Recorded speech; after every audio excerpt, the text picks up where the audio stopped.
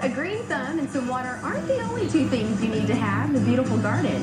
Better Nashville Jennifer Herron is teaching you how to battle bugs and other plant problems.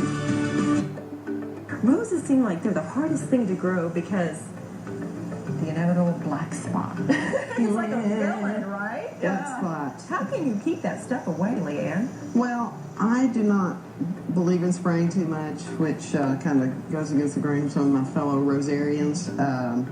Because you do, in order to keep a beautiful, beautiful rose in this area, you do have to spray if you don't want to have black spot. So you can't use any like home remedies or wipe down the leaves or anything? You can waste your money Yeah. and do that, but I don't recommend it.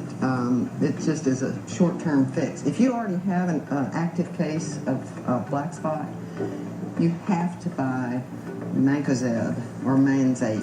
That's the key ingredient to look for in fungicides that target black spot. But roses also have another enemy that keeps them from looking great: the Japanese beetle.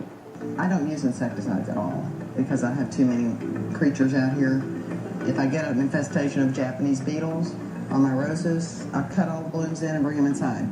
And they leave in 5 weeks. So the only thing you can do with the Japanese beetle, do not use the traps.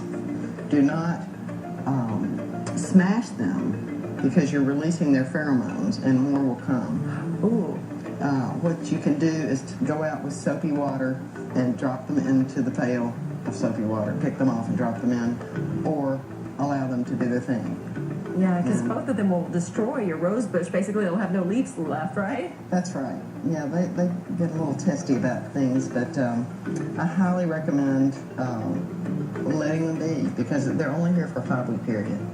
And if you have a tree or a plant that looks like something bit a hunk out of it, what would that be? This is, believe it or not, a beneficial insect. It's a leafcutter bee. A leafcutter bee is one of our most important pollinators.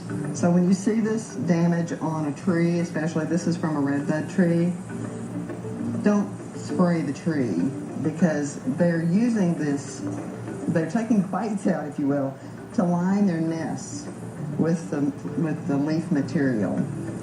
And you'll actually have more blooms, I guess, if they're pollinated. You will. And what will we call that? The hungry... This would be the hungry caterpillar. These are slugs. The nemesis to most southern gardeners on your hostas. The problem is you usually can't see them anywhere on the leaf, just the holes. No, you don't see them, and they look like snails without their shells, and they virtually come out at night. And they will just devour your plants if anything they can get to that's low. So how do we wipe them out? Wiping slugs out is easy. You take a beer, you take an empty container, a jar, lid, and you pour some of the beer into the jar lid, put it at the bottom of the plant on the ground, and the beautiful thing about slugs is they love to drink beer. Okay. And it's So they're very party toxic animals. to them. They're party animals. They feel no pain, and they're gone in the morning. You just empty it out. They pass out. Wow. They pass out. Yeah. Well, at least they had a good time. They did. Yeah, it wasn't miserable. It wasn't torture, right? All right. Well, here's to some healthy plants. Thanks, Leanne. Jennifer says you may also want to contact your local ag extension agent to figure out what might be eating away at your garden.